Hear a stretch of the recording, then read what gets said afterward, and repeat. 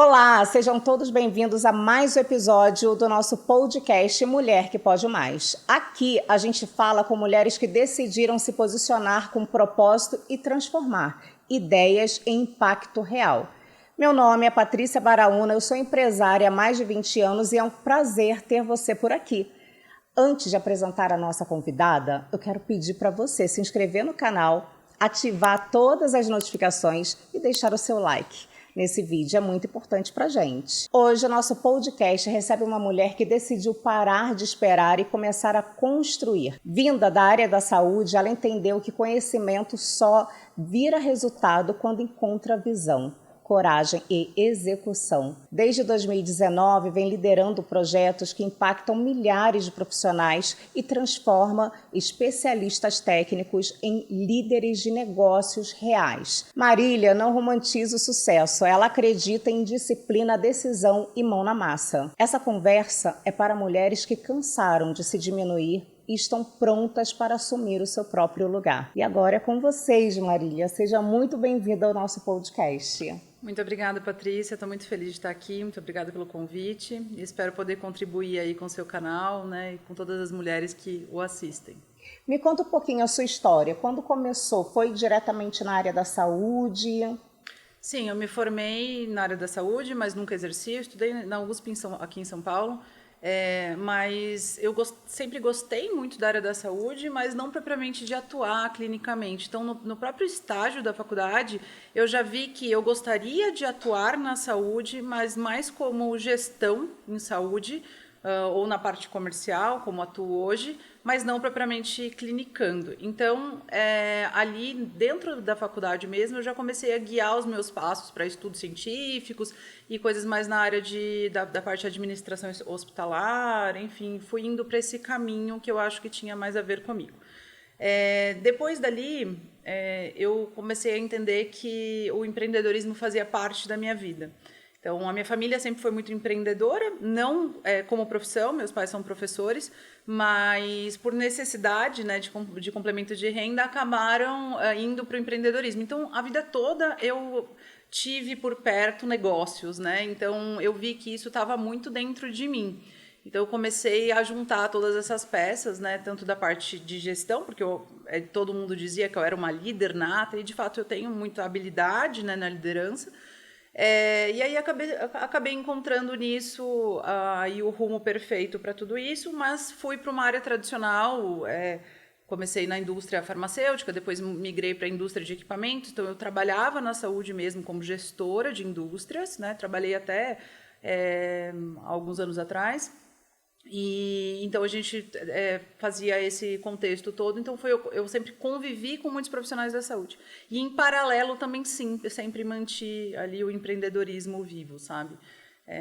O meu marido é militar, então, na verdade, a opção de eu ficar sem uma carreira nunca existiu dentro da minha mente. Então, eu sempre mantive 3 turnos de trabalho. 2 no CLT e o 3º turno como empreendedora, porque eu pensava, se ele for transferido, o militar pode ser transferido a qualquer momento, se ele for transferido, eu não vou ficar sem renda. Então, era tudo que me passava na cabeça.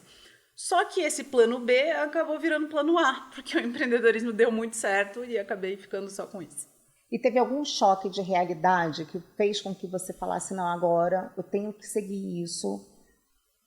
Sim, tinham muitos choques, né? Eu acho que eu sou uma pessoa muito pragmática, então, para mim é tudo muito preto no branco e assim, como você disse muito bem na apresentação, eu não romantizo nada, né? Como as coisas não foram muito fáceis para mim, então eu sempre parto do princípio que tudo vai dar errado. Então, eu vou por esse caminho porque eu já vou pensando no dar errado, não como um pessimismo, mas como uma precaução mesmo, sabe? Então, pés no chão, né? Isso, bem pé no chão, assim. Então, em todo momento da CLT, eu sempre observei isso. Não que eu acho que o CLT é ruim, tá? Eu não romantizo isso também. Eu acho que empreender não é para todo mundo. E eu deixo isso muito claro sempre. Tanto que eu tive esse processo muito cuidadoso. Só que chegou um momento que eu não estava mais afim de fazer o que os meus chefes queriam que eu fizesse. Porque eu tinha mais estudo, eu tinha... Sabe aquela coisa que falam por aí? Que fala assim, às vezes as pessoas que têm mais vontade e coragem acabam contratando pessoas que estudaram mais.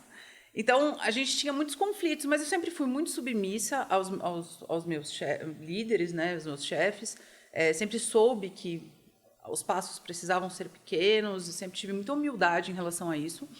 E muito respeito também pelas pessoas com quem eu trabalhei, mas eu não estava mais afim. Então, eu acho que a virada de chave foi entender o seguinte: eu já tenho um negócio que eu prospero bem. Eu tinha um excelente salário, sempre tive um bom salário, né?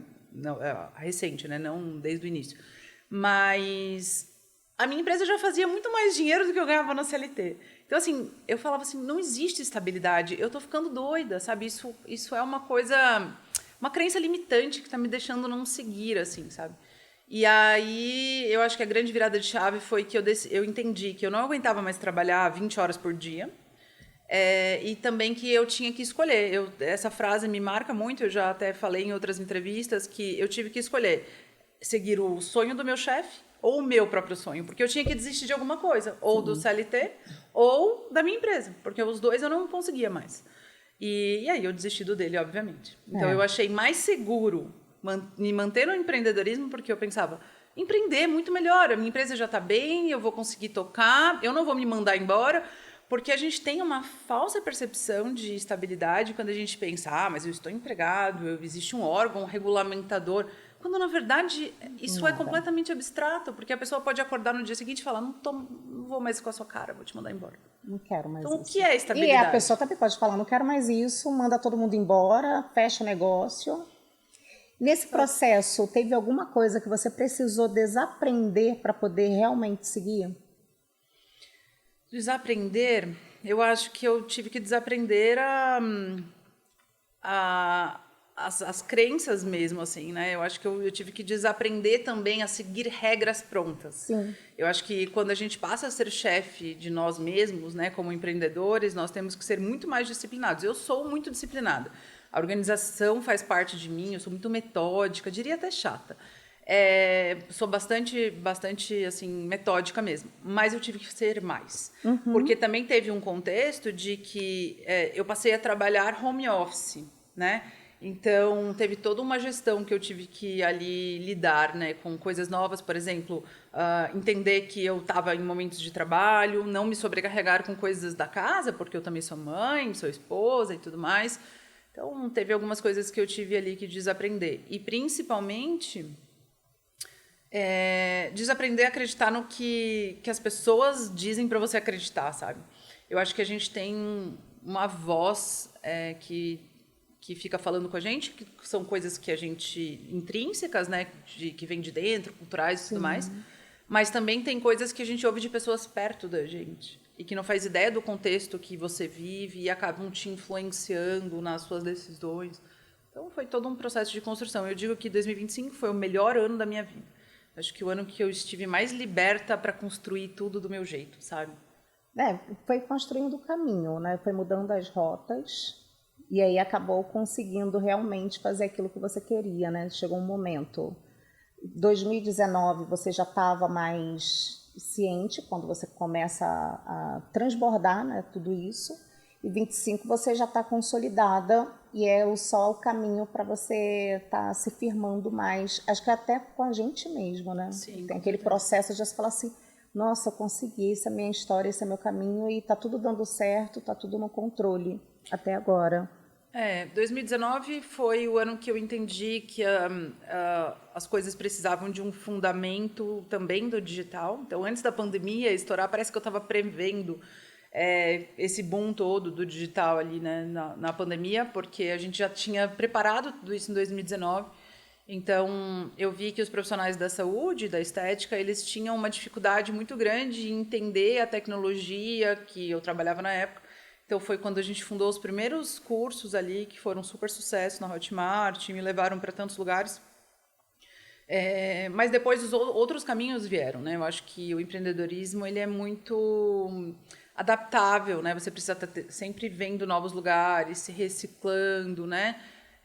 Fazer muito networking. As pessoas não entendem que o empreendedor ele precisa fazer networking, ele precisa caminhar, né, em direções diversas, né? E também ver o mundo por aí, ver novas coisas, né? Então eu estou sempre em lugares conversando com pessoas diferentes. Eu tenho uma fixação por olhar modelo de negócio. Eu acho que é um vício meu, assim. todos os lugares que eu vou, no Brasil ou no exterior, eu fico assim, como é que ele faz isso? De onde ele tirou isso? Mas olha como é que é esse modelo, onde ele ganha dinheiro nisso, sabe? Porque esse tipo de leitura me faz adaptar para coisas da minha realidade, da minha empresa, né? Então é bem legal. Sim. Nesse processo, qual foi o seu principal medo? Acho que muitos medos, né? Eu tive muito medo de perder o que eu considerava estável. Eu tive muito medo de não regressar para esse lugar, porque, veja, você ser gestora num alto cargo, numa indústria farmacêutica, numa indústria, né, que seja, é algo muito difícil de conseguir. É muito masculino, é muito, enfim, difícil. E eu, perto dos meus 40 anos, abrindo mão disso, eu tinha certeza, e como eu ainda tenho, que seria muito difícil ocupar esse local novamente, pela idade e por ser mulher.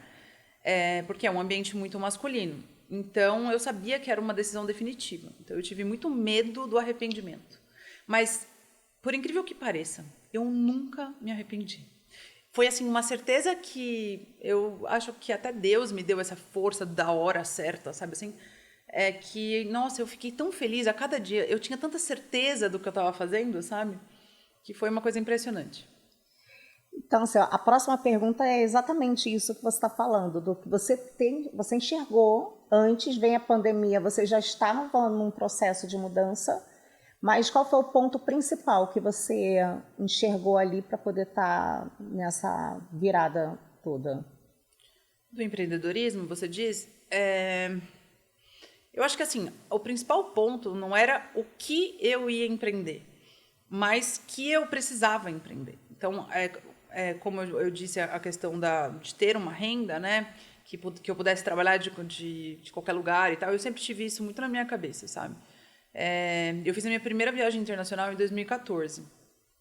Foi para Buenos Aires, que é linda, por sinal. Mas depois, assim, viagens grandes mesmo, eu comecei a fazer a partir de 2018 só. É muito recente. Mas por que eu digo isso? Porque a vida toda eu via as pessoas ao meu redor viajando. E ver o mundo era uma prioridade para mim, sabe? Era o meu luxo, assim. Eu queria muito isso. Então, eu tinha muito essa questão de ter um empreendimento do qual eu pudesse ter liberdade. Não como as pessoas romantizam por aí, que você vai ter que trabalhar da praia ou qualquer lugar, porque isso meio que não existe. Mas, ao mesmo tempo, eu posso hoje tirar uma semana, tirar alguns dias e ter uma equipe que toque por mim e ter essa disponibilidade de trabalhar pelo celular. Então, eu já tinha esse modelo de negócio na minha cabeça. E o digital me chamou a atenção porque eu acompanhava. Na época, eu fazia um MBA de gestão empresarial e lá tinham muitos modelos assim de negócio. Então, eu testei, eu vendia joias. Teve uma época que eu vendi joias, foi um sucesso. E aí foi a primeira decisão de entrar no digital foi abrir um e-commerce. Eu já sempre quis ter alguma coisa que não dependesse só de mim e tivesse o digital como ferramenta, porque eu sabia que isso era o futuro, né? E aí, quando eu comecei a montar esse e-commerce junto já no MBA, eu comecei a entender que o estoque ia ser grande demais, as coisas iam ser muito complexas, perigosas também, porque joias, né, a gente está falando de um valor alto. E eu comecei a falar assim, isso aqui não vai me dar a liberdade que eu quero. Então, logo, o e-commerce nasceu e morreu em questão de meses. Porque eu entendi, não é o negócio que eu quero. E aí, eu falei, não, vai ser curso. Curso é bom, porque a gente vende conhecimento. Conhecimento, ele é infinito, porque as pessoas... Saúde e estética é uma área que eu domino muito e que as pessoas precisam se atualizar, porque a ciência e a tecnologia está se desenvolvendo o tempo todo. Inclusive, é a área que mais consome cursos, né? Então, eu falei, eu acho que é por esse caminho, assim. Aí, comecei a seguir esse caminho. E hoje, além de cursos, né, a gente vende serviço, que eu acho melhor ainda. Serviço ainda é melhor do que curso, porque é algo que você pode vender várias vezes para o mesmo cliente, assim, né? Então, eu fui adaptando o modelo de negócios, né? Acho que as pessoas elas romantizam a questão de, quando eu ver um nicho, vai ser isso, meus olhos vão brilhar. Não existe isso na vida real. Existe um pequeno caminho que você vê, começa a seguir, começa a estudar, começa a ver, começa a migrar e foi assim. Verdade, vai acontecendo de acordo com o que a gente vai vivenciando, na verdade. Exato. E a diferença entre ser boa de técnica e da liderança ali? Eu acho que a gente não consegue só executar coisas sem ter uma base de liderança grande, né? Na verdade, eu acho que o bom líder, ele precisa saber mais de uma maneira mais rasa, um pouco de todas as áreas, para que ele saiba fazer a gestão, e do que propriamente muito, né, aprofundado num tema assim. Então, eu acho que o líder ele precisa saber um pouco de tudo, né? Para ele poder fazer, porque não tem como você cobrar de um colaborador algo que você nunca fez na sua vida.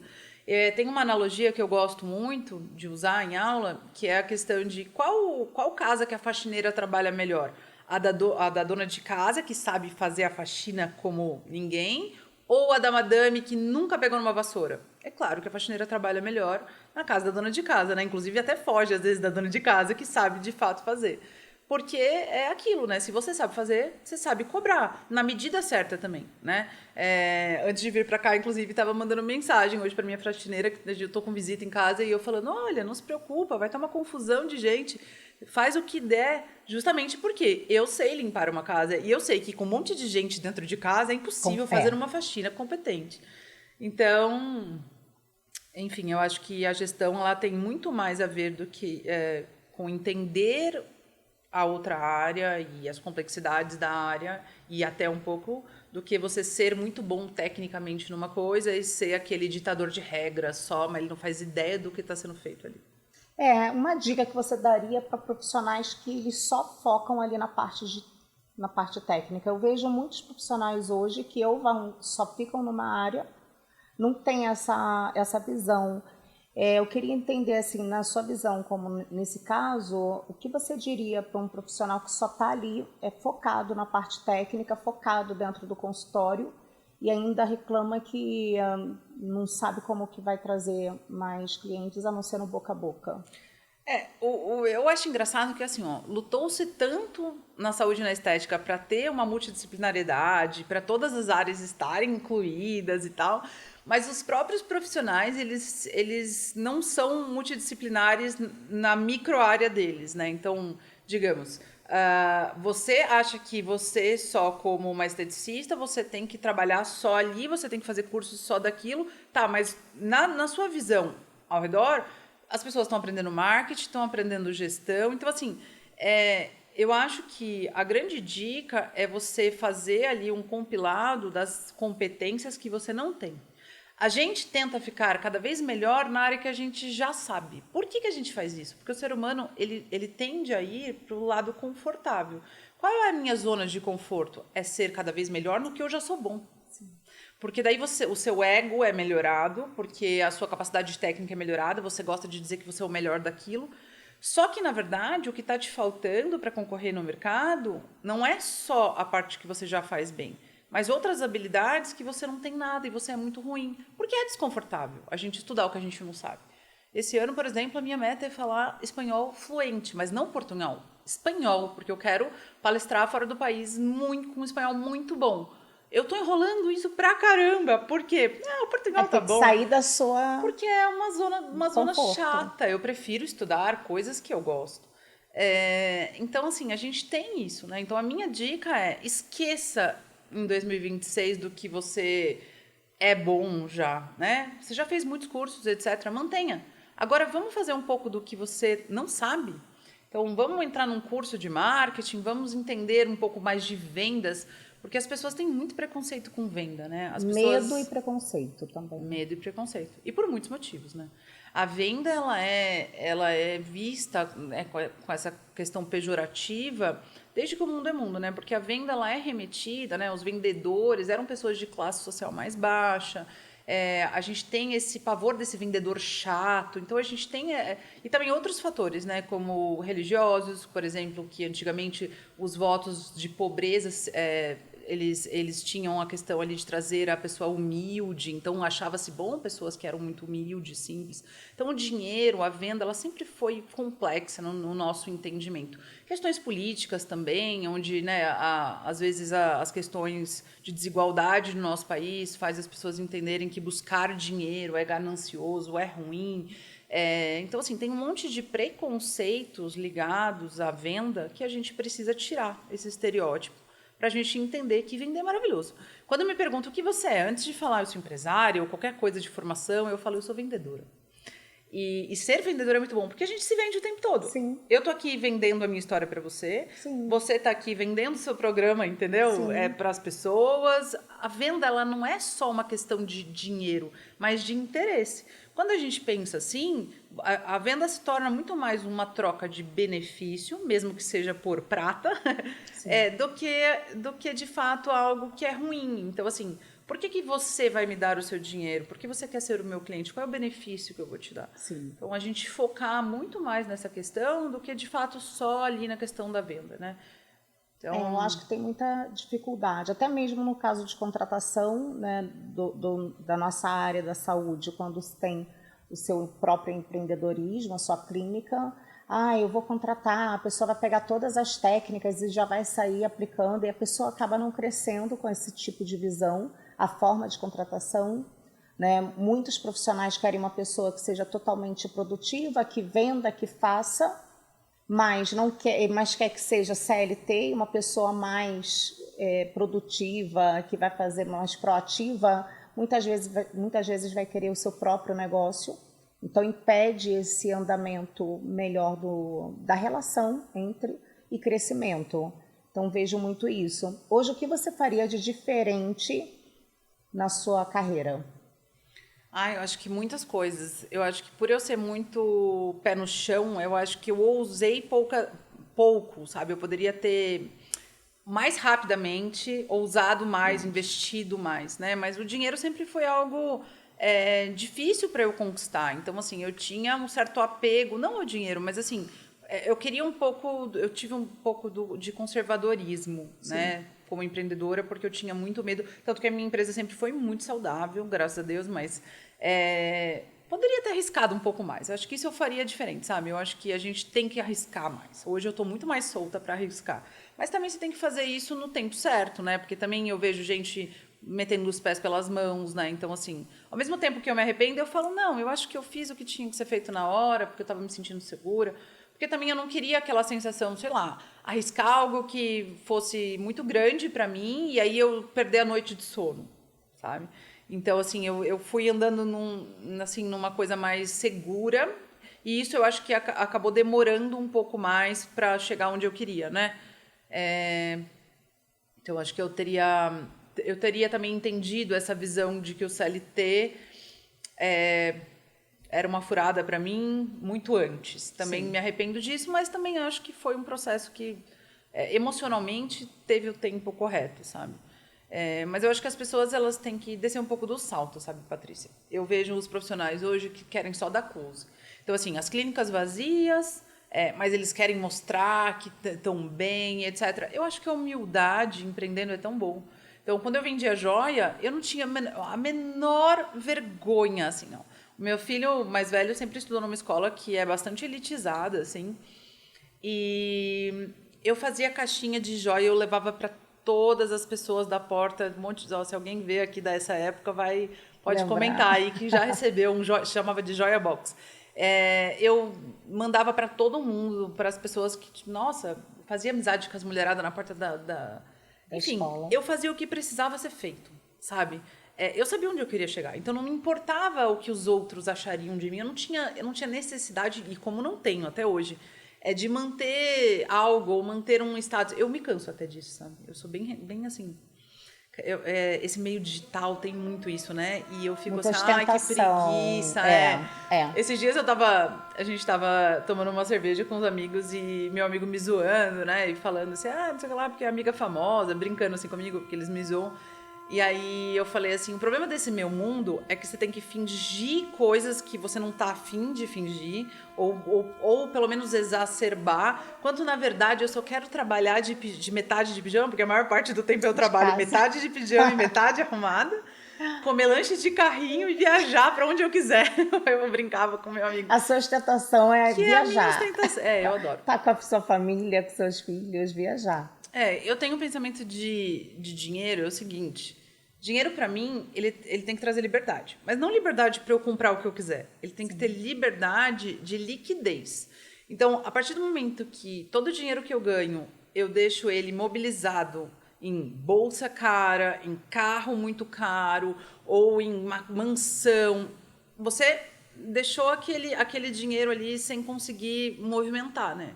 Ele não tem uma liquidez imediata. Então, o dinheiro perde a função, porque eu usufruo de coisas muito legais ao meu redor, mas se eu estou afim de comprar uma passagem aérea e pular lá daqui para a Europa em 3 segundos ou decidir comprar uma coisa em cima da hora, eu não tenho esse dinheiro, porque ele está imobilizado num capital ali que eu não consigo uma liquidez rápida. Então, para mim, é isso. Então, assim, eu não me importo. Eu sei que isso é muito relativo e tal. Mas a minha construção de felicidade em relação a dinheiro é segurança. Eu não me preocupar com o meu cartão de crédito. Tipo, se agora no final do ano, né, que a gente vai gastando, quando vê a fatura de janeiro, tá daquele jeito, né? Então, assim, eu não ter essa preocupação, isso para mim é felicidade. Acontecer alguma coisa com alguém ao seu redor, você ter um dinheiro líquido na conta e poder Melhor ajudar. coisa. Sei lá, o seu filho quer fazer uma coisa com os amigos, você vai lá e pagar uma conta para toda aquela criançada. Isso, para mim, é felicidade. Mas tem gente que... Eu gosto muito de viajar, então, assim, fazer algumas viagens no ano, isso é legal. Mas tem gente que gosta de um carrão, né? Mas eu acho que o fato de você poder ajudar alguém ou fazer dos seus... eu falo muito, tem gente que fala, mas dinheiro não traz felicidade, dinheiro... Eu falei, gente, meu pai trata câncer e às vezes precisa de determinados exames que são extremamente caros. E aí eu falo assim, poxa, eu poder fazer isso por ele... Então, assim, o nosso dia a dia, a nossa motivação, ela acontece também nessas coisas. Sim. Poxa, eu posso estar fazendo por outras pessoas com o meu dinheiro, com o que eu tenho. Não é a questão de ostentar, mas é a questão de você poder falar assim, vale a pena tudo o que você faz, pelo que você faz, né? Ter esse dinheiro te dá mais garantia de poder dar um conforto. A gente não muda destinos, mas a gente gera um conforto ali com o que você trabalha, com o que você faz, com o dinheiro que você consegue, transbordando nessas outras pessoas de vários tipos de formas, né? Não é só você colecionar carros, bolsas e outras formas, mas ostentar isso para você falar assim, poxa, eu posso fazer quando alguém me pede uma ajuda dessa, não tem preço. Eu acho que para mim, né, eu sei que isso é muito relativo e há quem adore todas essas coisas e tá tudo bem, e há quem tenha muito dinheiro para ter ambas as coisas. Sim. E, que todo mundo consiga chegar nisso, mas assim, eu não é um valor ou algo importante para mim, assim, eu não tenho essa pira, né, tipo de, sei lá, de ir pra Europa e primeira coisa, eu não gosto de ir no shopping aqui. Eu acho uma perda de tempo shopping, assim, eu não sou uma pessoa que gosta. Quando eu preciso comprar roupa, as lojas mandam na minha casa, eu experimento na minha casa, depois que eu tomei banho, com as outras peças que eu tenho em casa, eu gosto de comprar roupa assim.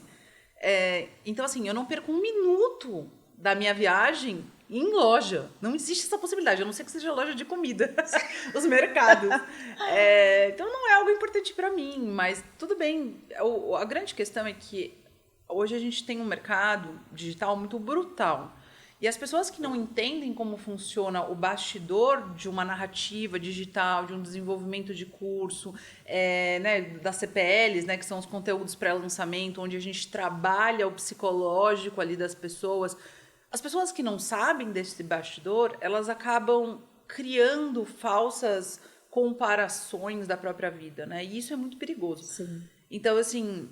esse ano eu até dei um tempo do Instagram, assim, porque ele estava me fazendo mal, sabe? Eu não queria ir para uma narrativa, assim, que precisava ir naquele momento, assim, para o meu perfil. Eu não estava disposta, sabe? Sim. Nem a exposição e nem a narrativa mesmo, sabe? Então, assim, quando eu vi que a equipe estava me travando um pouco, eu falei, quer saber, não vou fazer. Mas eu tô numa posição que hoje eu posso fazer. Mas antes, eu seguia a risca do que falavam, do que me instruíam, né? Então, eu acho que as pessoas elas têm que entender um pouco mais desse contexto, né? Que não é só dar o close. Não adianta você ter um consultório maravilhoso, no melhor local, se matar para pagar o aluguel, se você não tem paciente. Ou ainda, se você não sabe se posicionar. Porque quando a pessoa não entende nada de venda, de marketing, etc., ela pode até estar no nicho errado. Então, por exemplo, ela constrói uma clínica, enfim, do centro de São Paulo, aqui da Paulista, por exemplo, no nível aqui da Paulista, só que lá num bairro onde ela nem pesquisou qual é o poder aquisitivo daquela área. E aí ela acaba repulsando os potenciais clientes, porque as pessoas fazem o quê? Pensam que é caro. Então, assim, toda a narrativa, seja do jeito que a gente se veste, seja do jeito que está o nosso consultório, nosso escritório, até a sua captação de pacientes, precisa ser estudado, né? Então, assim, é todo um contexto, na verdade, é um Lego, né? Um quebra-cabeça, onde você vai juntando as peças para conseguir essa captação. Então, não é só o Instagram, não é só mostrar que você tem 1000 cursos, que você é ótimo tecnicamente, que você tem um carrão, que você esbanjando dinheiro ali. Não é só isso. O paciente hoje ele está muito mais exigente, tá? Sim, muito criterioso. Muito criterioso. Ele quer conexão. Sim. Ele cansou um pouco dessa farsa. As pessoas já entenderam. As pessoas já cansaram de gente que é mais ou menos assim, sabe? Porque o que é a pessoa mais ou menos? É aquela pessoa que você assim, ela tá falando a verdade ou não? Será? Isso que acontece na vida dela é verdade ou não? Porque assim, tá um negócio, né? Você entra no Instagram, assim, todo mundo faturou milhões, mas daí eu fico pensando, mas caramba, eu trabalho, sei lá, minha empresa tem quase 8 anos e assim, milhões, assim, já fiz alguns. Mas assim, será que essa pessoa tá falando de faturamento, de receita, enfim, ela sabe o que é lucro? Porque assim, nossa, as pessoas estão colocando uns valores aí que, nem os caras bilionários do Brasil acho que já tiveram de liquidez. Então, assim, verdade. A verdade ela já está muito clara na mente das pessoas, entendeu? E o brasileiro é um povo muito inteligente. A gente, às vezes, tem o hábito de falar mal do nosso próprio país, né? Mas eu não conheço um povo tão trabalhador, tão com vontade, garra, que nem é o brasileiro. Nós somos muito batalhadores, nós somos muito inteligentes. E eu digo inteligentes até para pessoas que não têm propriamente estudo. Hoje, vindo para cá como motorista, tava conversando sobre isso, né? Minha avó tem 95 anos, é extremamente lúcida e é analfabeta. E é uma das pessoas mais inteligentes que eu conheço. Criou 9 filhos e tem uma inteligência de vida mesmo. Então, assim, inteligência ela tem muito mais a ver com sabedoria, etc., do que, de fato, os livros. E o brasileiro é muito inteligente. Então, a gente tem que entender que a captação de clientes, hoje, tem que parar um pouco com o teatro e um pouco mais de mão na massa. E tá tudo bem você ser a pessoa que vai atender tecnicamente, você ser sua própria secretária, tem várias técnicas para isso, inclusive, você ser sua própria secretária e fazer o que tem que ser feito. Sim. Esses dias eu estava vendo a Cristina Junqueira, que é uma pessoa que eu admiro muito, né, fundadora do Nubank, falando que, por vezes, ela pega coisas e resolve no WhatsApp. Gente, eu atendo clientes, você sabe, eu atendo clientes diariamente, mando áudio, falo, adoro atender cliente, inclusive, mesmo tendo equipe. E se precisar que eu faça qualquer coisa, eu vou fazer, é a minha empresa. Então, assim, a gente tem que descer do salto, sabe? Sim. As pessoas, elas subiram... Acho que hoje tem uma ostentação muito grande em relação a isso. Tudo você vai resolver com a minha equipe. A meu assessor vai entrar em contato. Você pode passar para falar com o assessor, com a minha assessoria. Eu falo, mas espera aí, o que a pessoa faz assim que precisa de uma equipe para... Nossa, você acaba tendo um custo em relação a isso. E muitas vezes não existe, não tem. É que na cabeça da pessoa ela precisa falar isso para poder gerar mais valor ao que ela oferece. Ela mesma precisa ter ali um negócio, sei lá o que é, viu? Então, e aí você vê uma pessoa, né, multimilionária, digamos assim, que ela pega o telefone e resolve os assuntos. Porque ela não tem nada para mentir, né? Porque ela é de verdade, então tá tudo bem. E a gente observa todas as narrativas, né? A gente tem isso de falar, nossa, ela fala isso, mas ela usa tal tipo de serviço, mas ela não compra isso. Por que ela vende falando que... E quando a pessoa fala que... vou falar para você falar com os meus advogados. Falou no plural, não tem nenhum. Essa é a regra, ainda tá? Tem isso. Você pode ver. Falou advogados, não tem nenhum. Fica tranquila. Mas as pessoas, elas estão muito... As questões, assim, tá chato. Tá. Sabe? Tá chato você ter que ser parei alguém. De seguir tanta coisa. Não, eu entro hoje mais de trabalho, faço alguma coisa no Insta e saio. Não consigo ficar observando muito. Não me chama atenção. É isso, te cansa. Você olha e fala, gente, não faz sentido. E as pessoas querendo vender a própria vida. Eu acho que, assim, uma coisa é a gente falar assim, olha, eu já segui esse caminho, eu posso, de repente, te ajudar. Mas não do tipo... As pessoas... O que mais me irrita, tá? Tô sendo aqui sincerona. Depois o pessoal vai me matar, Marília, mas a gente trabalha com isso, tá? Mas sabe que me irrita? É aquela questão do tipo, olha, eu sou essa perfeição. Eu fiz milhões, eu sou isso, nanana, todo mundo quer atender comigo, já atendi famoso, não sei o que lá, nanana. Pra você ter a mesma vida que eu, você precisa apertar o botão tal. Gente, eu não acho que eu sou modelo pra ninguém. Isso fica bem claro aqui, ó. Vocês estão me escutando? É só assim, se eu inspirar alguém positivamente, bacana. Mas eu não sou uma pessoa que vejo a minha trajetória, eu fico orgulhosa pelo que eu fiz porque eu superei limites. Mas eu não me coloco em comparação com outras pessoas para dizer, nossa, eu sou muito melhor do que aquela pessoa, então vocês têm que se inspirar em mim. Eu acho isso tão egocêntrico e narcisista que eu fico pensando, quem é que cai nesse negócio aqui? Porque eu jamais queria comprar a vida de uma outra pessoa. Eu acho que a narrativa ela tem que ser muito mais do tipo, olha, eu posso não ser a melhor pessoa, mas eu faço tudo com muito amor. Eu atendo os meus pacientes, meus clientes com muito amor. Eu tento ser a melhor profissional. Sim. Eu estou sempre me atualizando. Então, assim, se você confiar em mim, eu prometo que eu vou te entregar o melhor que eu posso. Não sei se vai ser perfeito, mas eu te prometo me comprometer a fazer o melhor que eu posso. Pronto, aí me ganha. Porque todo mundo sabe que as pessoas são imperfeitas. Então, assim, sim, quando eu estou em negociação com o cliente, eu falo isso. Olha, tem outros serviços muito similares ao meu. O que eu posso te garantir aqui de diferencial, e eu não vou meter o pau no meu concorrente, o que eu posso te garantir de diferencial é que aqui eu olho para o meu cliente diariamente. Claro, a gente tem falhas. Eu falo essas frases mesmo. Claro, a gente tem falhas. Não vou te dizer que vai ser tudo perfeito, sim, mas eu sempre vou estar à disposição para tentar te ajudar. Então, isso ganha muito, sabe, os clientes. E eu vejo, assim, eu recebo diariamente mensagens assim, eu gostei muito da sua sinceridade. Essas palavras estão presentes no meu dia a dia, assim. Eu gostei muito da sua sinceridade. Você foi a primeira a falar a verdade para mim. Eu gostei muito do jeito que você me atendeu. Eu adorei que você não é um robô. Porque tem isso também. Nossa, tanto, me irrita tanto. Me irrita tanto. Você tenta falar com o humano, cadê o humano ali que não aparece? Ontem teve 9 horas da noite mandando mensagem lá, assim, umas 3 mensagens. Quero falar com o humano, quero falar com o humano. Daí eu falei, aqui não tem robô, eu sou um humano. É que eu sou um humano educado, às vezes você acha que é um robô. Sobre liderança feminina, o que não contam?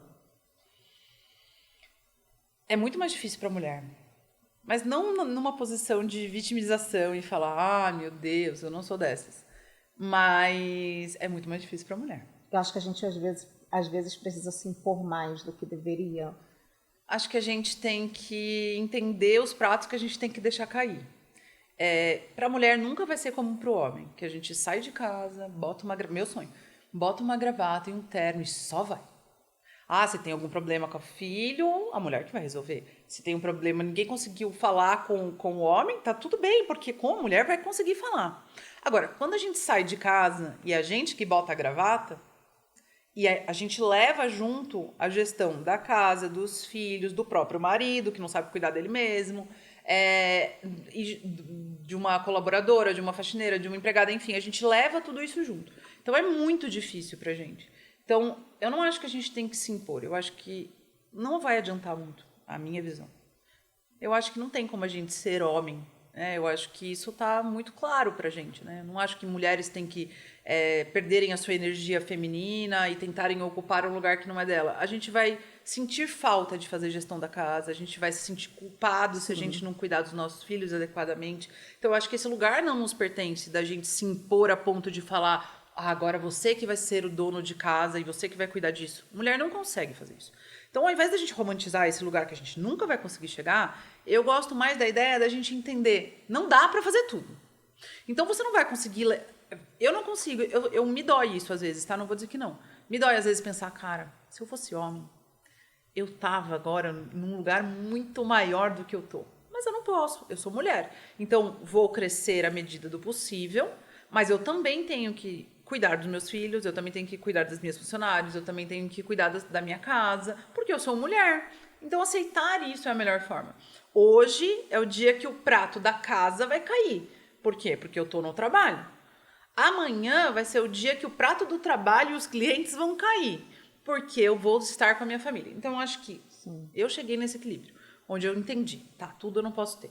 Então, Vai ter... O homem é aquela. Tem uma história que conta que o homem tem várias caixinhas, né? E aí abre e resolve. Eu acredito muito nessa historinha de que ele abre a caixinha do trabalho, levanta, vai tal, e aí ele não tem que resolver mais nada. Ele já vai levar o sustento. E a gente não consegue.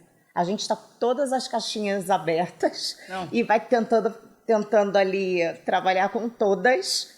Em alguma vai acontecer isso. E a gente buga, né? É tipo um monte de aba aberta do computador, né? Então você fala, meu Deus, o que vai acontecer aqui? Nossa, tem dia que eu fico dando, sabe aquele barulho de pane no computador? Fica assim, porque você fala, meu, eu não consigo fazer mais nada. E o problema é que a mulher, ela também é muito orgulhosa. Então ela não quer só ser uma boa profissional. Ela quer dar conta da casa inteira. E eu tô falando isso pra mim mesma, tá? Em voz alta, porque, nossa, é difícil. Então a gente quer ganhar todas as guerras e não tem como. E também não tem como a gente simplesmente transformar o nosso marido numa mulher. Isso é uma grande mentira que quiseram contar pra gente. Tudo bem, hoje em dia é tudo moderno. Sim, eu sei que hoje tem muitas mulheres que fazem mais renda do que a mulher. Eu vivo isso, essa realidade. O que mais renda que o homem. Tá tudo bem. Só que não acha que ele, por ganhar menos, vai assumir a posição de mulher na casa. Não vai. E mesmo quando ele fizer isso, te digo mais. O que eu acho, o que eu acredito. Isso não é uma verdade absoluta. Mas o que eu acredito é que isso a longo prazo não dá certo. O homem não gosta de se sentir ali numa situação mais da casa. Ele tem um papel de pai, ele tem um papel de companheiro no lar. Não estou falando para vocês criarem homem também folgado, né? O marido tem que ajudar. Mas não adianta. O marido, ele gosta de ser cuidado. A família gosta de ser cuidada. O cuidado materno não é substituído pelo cuidado paterno. É diferente. Verdade. Então, assim, é diferente. O homem dá conta super. Meu marido é super ótimo. Com as crianças. Hoje ele tá lá, toca tudo enquanto eu faço as coisas. Perfeito. Mas eles rezam pra hora de eu voltar. Entendeu? Por quê? Porque não é igual. Então, assim, precisa dos dois lados. Então, assim, se você quer ter uma família, se você quer ter filhos e quer também trabalhar, porque também não é uma imposição. Tem muita mulher sendo feliz aí, né? Só cuidando de casa, porque é um trabalho enorme, né? Não é só. Muita coisa. Mas a gente merece ter a nossa carreira. Se eu pudesse dar um conselho para mulheres aqui não desistam de você. Porque os filhos, eles crescem. E eles são do mundo. Tem que ser assim, né? Eu quero mais que meus filhos voem para longe de mim, venham me visitar se quiserem. Sabe, eu acho que eles são do mundo. Esse é o meu papel como mãe, ensiná-los a voar. E o marido é aquela coisa, a gente espera que seja para sempre, mas e se não for, né? Então, a não ser que você seja casado com um jogador de futebol muito rico e tenha feito uma super reserva de emergência, eu aconselho muito que pense na tua carreira, sabe? Que faça alguma coisa por você, porque é tão bom. Eu vejo tanta mulher mais velha, assim, que abriu mão com toda a generosidade do mundo, da própria vida, da própria carreira, para cuidar do marido, para cuidar dos filhos. Aí o que acontece? Os filhos cresceram, tiveram as próprias vidas. O marido cansou daquela mulher, arrumou uma novinha. E aí? Então, assim, e mesmo quando o marido fica, o marido sempre tem o trabalho. Ele se aposenta e a mulher olha para trás e fala, eu não tenho nada que eu goste, que eu faça. Então, assim, eu não me vejo me aposentando, por exemplo. Eu me vejo trabalhando menos, oro por isso. Preciso trabalhar menos. Mas me aposentar, eu acho que é uma coisa que eu nunca vou fazer, assim, porque eu adoro ser útil e contribuir e produzir, sabe? O que é inegociável para você? Inegociável para mim, sem pensar em questões de valores, né, que nada me leve presa, isso é tudo inegociável. Mas dizendo, assim, de um outro ponto de vista, eu acho que inegociável para mim é fazer algo que não condiza com a verdade. Eu sou essa pessoa pautada na verdade, assim, sabe? Eu posso perder clientes, eu demito clientes diariamente, inclusive, tipo, não quero fazer negócio com você. Que são pessoas que eu acho que não estão ligadas com a minha verdade e com a cultura da minha empresa. E isso é negociável para mim no trabalho. Na família, o que é negociável para mim é eu não ter um tempo de qualidade com a minha família, assim, sabe? Eu preciso desse equilíbrio, mesmo que ele seja pequeno, assim. Acho que eu tenho muito débitos com a minha família, né? Eu podia me dedicar muito mais, mas eu faço o melhor que eu posso. Bom, pelo menos a gente está ciente da nossa trajetória. Com certeza. Para onde você acha que está indo o mercado da saúde? Eu acho que está indo para um colapso, assim, no sentido do ponto de vista do marketing. Eu acho que vai dar uma colapsada, uma bagunçada. Então a gente vai ter essa inversão que eu falei em relação a esse terninho, ostentação e arrumadinho. Então a gente vai rasgar essa cortina e a gente está indo mais para uma questão de bastidor, de parte clínica. Então, assim, quem só vivia do terninho e da clínica bonita. Hoje, a partir de 2026, eu acho que vai entrar aí uma onda de mostrar mais mão na massa, tá? Então a gente vê uma flexibilidade dos conselhos, inclusive, para aumentar a venda, agora os conselhos liberando para que façam essa campanha, né? Porque no Brasil é difícil essa questão de venda para profissional de saúde, porque os conselhos também eles inviabilizam muito isso, né? Porque teoricamente o serviço em saúde ele não pode ser vendido como um produto, ele é considerado um serviço, né? E aí por questões éticas, etc, não pode, né? Então Até antes e depois não podia, agora exato, agora começou a poder. Então assim, por que tem acontecido isso? Porque já entenderam que os profissionais estão sendo lesados. Então, outras áreas, né, estavam podendo fazer tudo que estão sendo invadidos, né? Acho que também o mercado da saúde e da estética, eles precisam se unir mais. Eu acho que a tendência é ter um colapso inicial das áreas muito bagunçadas. Hoje, principalmente na estética, as áreas estão se misturando e isso tem incomodado, né? Os conselhos, principalmente. Mas eu acho que isso vai entrar numa harmonia e eu acho que as pessoas vão entender o quanto isso é importante, né? Então, eu acho que vai caminhar por esse lado. E acho também que tem coisas muito presentes, como, por exemplo, a IA é muito legal, né? Vindo aí com muitas ferramentas novas para os atendimentos, para justamente tirar essa questão da robotização que tinha nos chatbots, né, que fica essa... Aperte 2 para falar tal. Ninguém aguenta isso. Agora, a IA ela já traz ali secretárias muito personalizadas, que realmente pode ser treinada pelo seu jeito, etc., para ajudar nesse atendimento. Eu acho que isso também é um caminho legal. E acho que a internacionalização. Eu acho que assim, quem já tem um high ticket, quem já está entrando nessa área de atendimento mais parte educacional, já está fazendo a internacionalização. Né? O ano passado a gente levou algumas turmas para certificar internacionalmente. Esse ano pretendemos levar mais turmas ainda. Então, o brasileiro gosta dessa questão internacional.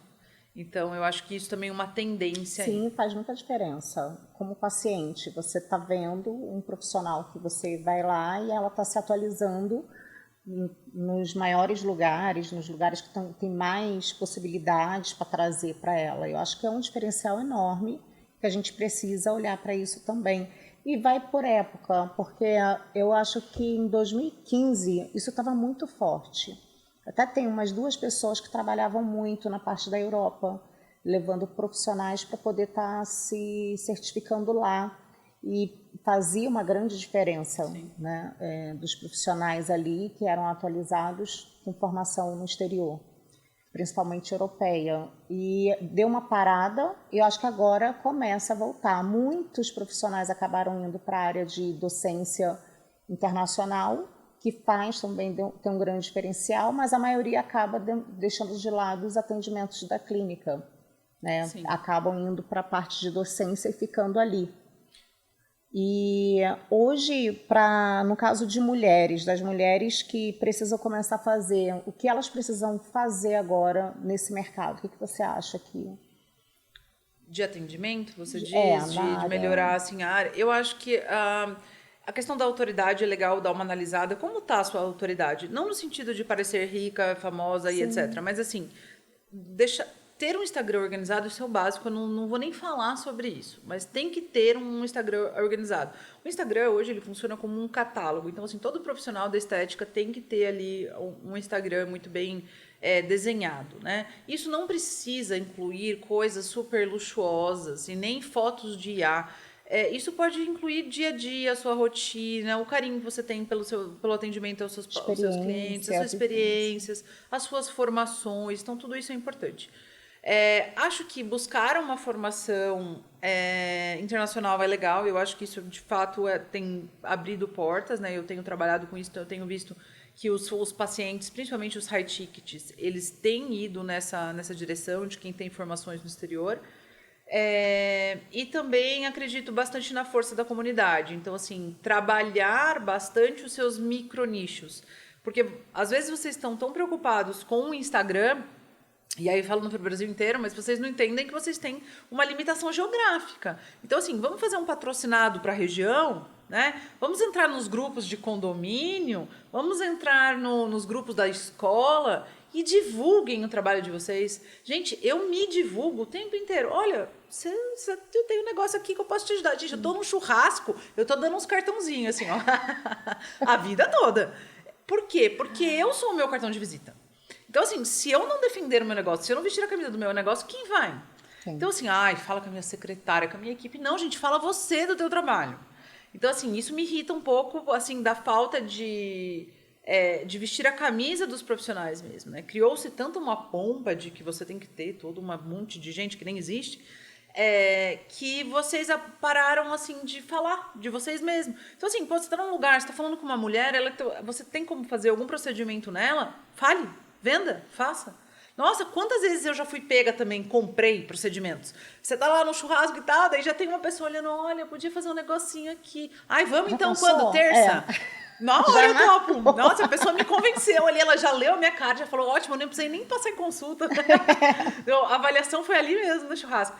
Então, assim, as pessoas perdem muito os negócios. E o mais engraçado é que, assim, eu frequento muitos lugares, assim, que eu nem imaginei, no sentido de networking. E quando eu fico perto dessas pessoas, eu penso, olha ali, gente, eles estão fazendo...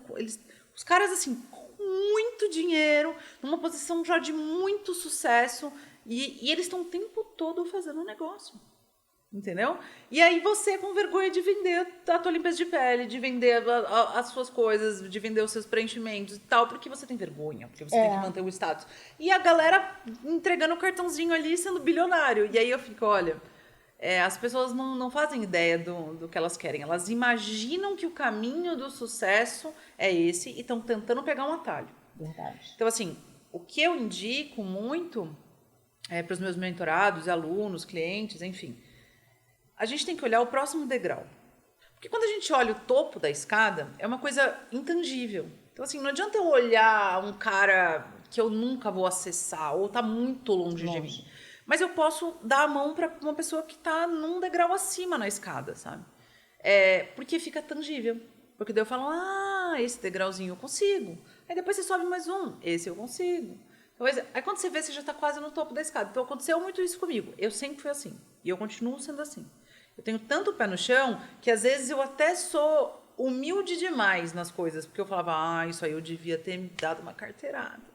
Eu devia ter falado. Então, assim, eu sempre sou assim, olha, a minha meta é pequena. Quais metas que você tem para 2026? Gente, a minha meta é vencer janeiro. Depois eu vou para fevereiro. Entendeu? A minha meta é, assim, aumentar o faturamento um tanto pequeno, que eu sei que é compatível com a realidade, não é dobrar o faturamento. Não, é que os gurus, né? Saia de um faturamento de 50 mil, vá para o faturamento de 250 em um mês. Como? Não, e o tanto desses que é fake que eu conheço, de conhecer negócio mesmo por trás. Não conhecem, não sabem. E ninguém pode garantir faturamento de ninguém. Eu, inclusive, quando eu vendo mentorias, eu falo muito isso. Não vou garantir que você tenha nada. Eu vou garantir que eu vou entregar o meu conteúdo, o meu acompanhamento, mas você vai ter que fazer a tua parte. Sim. Então, assim, eu não posso garantir. Eu não posso garantir primeiro, porque eu não sei a condição do país, eu não sei a economia, eu não sei a inflação, eu não sei se a sua região vai comportar toda essa questão. A estrutura. Às vezes a estrutura clínica não dá para você aumentar um faturamento desse. Você vai ter que aumentar a equipe, vai ter que aumentar espaço. Então, são vários fatores aí que você vai ter um custo muito alto para você ter esse faturamento. Não, e quando também... Ninguém pode fazer uma promessa desse tipo. Você sabe que rolou muito processo do mercado digital por essas promessas falsas, né? Foi até uma questão, assim, do mercado uma época. Porque não existe como você garantir que alguém faça 100 mil em um mês. Não tem como, entendeu? É possível? Mas hoje em dia é muito difícil, inclusive, fico alerta. É bem difícil. O mercado digital mudou muito. Ele hoje tem um potencial muito menor. Sim. Não só digital, tudo está mudando o tempo inteiro. O tempo inteiro. E o digital tem muito mais concorrente, né? Então, essas escalas absurdas, isso não é mais matemático, isso não existe mais. Quem antes, em 2020, fizeram milhões facilmente, hoje não é mais assim. Porque o tráfego está muito caro, as equipes estão muito caras. Então, para você chegar num nível de fazer 1 milhão, por exemplo, a quantidade que você vai ter que ter de investimento é enorme. Exatamente. Então, a liquidez é muito menor, né? Então, assim, o mercado digital continua sendo um grande potencial. Só que hoje ele está muito mais profissional. Então, ele precisa ser uma decisão muito mais segura para conseguir os resultados. Acontecem, tem um resultado ótimo. Sim. Mas precisa de muita coisa. Tá alinhado muito... Os astros precisam estar muito alinhados. O expert, né, enfim, toda a equipe, né, a disponibilidade de investimento, porque não adianta você fazer um super lançamento sem gente, sem lead, né? Então, e tá bem caro trazer patrocinado. Hoje a gente tem nichos aí, super nichos assim, que tá uma fortuna para trazer uma pessoa R$80, sim, um lead. Sim. Existem leads. Antigamente, imagina, 6, 5. Eu trabalhei muito na área odontológica, né? Então eu lembro que quando a gente começou em 2019, o lead era tipo 60 centavos. Hoje tem nichos da odontologia que a gente chega aí a R$28 um lead. Então veja a diferença nesses anos, né? Agora pensa isso numa escala para trazer 1.000 leads, 5.000 leads, o custo disso é muito alto. Muito alto. Vamos agora para as perguntinhas ping-pong, aquelas rapidinhas. Maior desafio de liderar sendo mulher?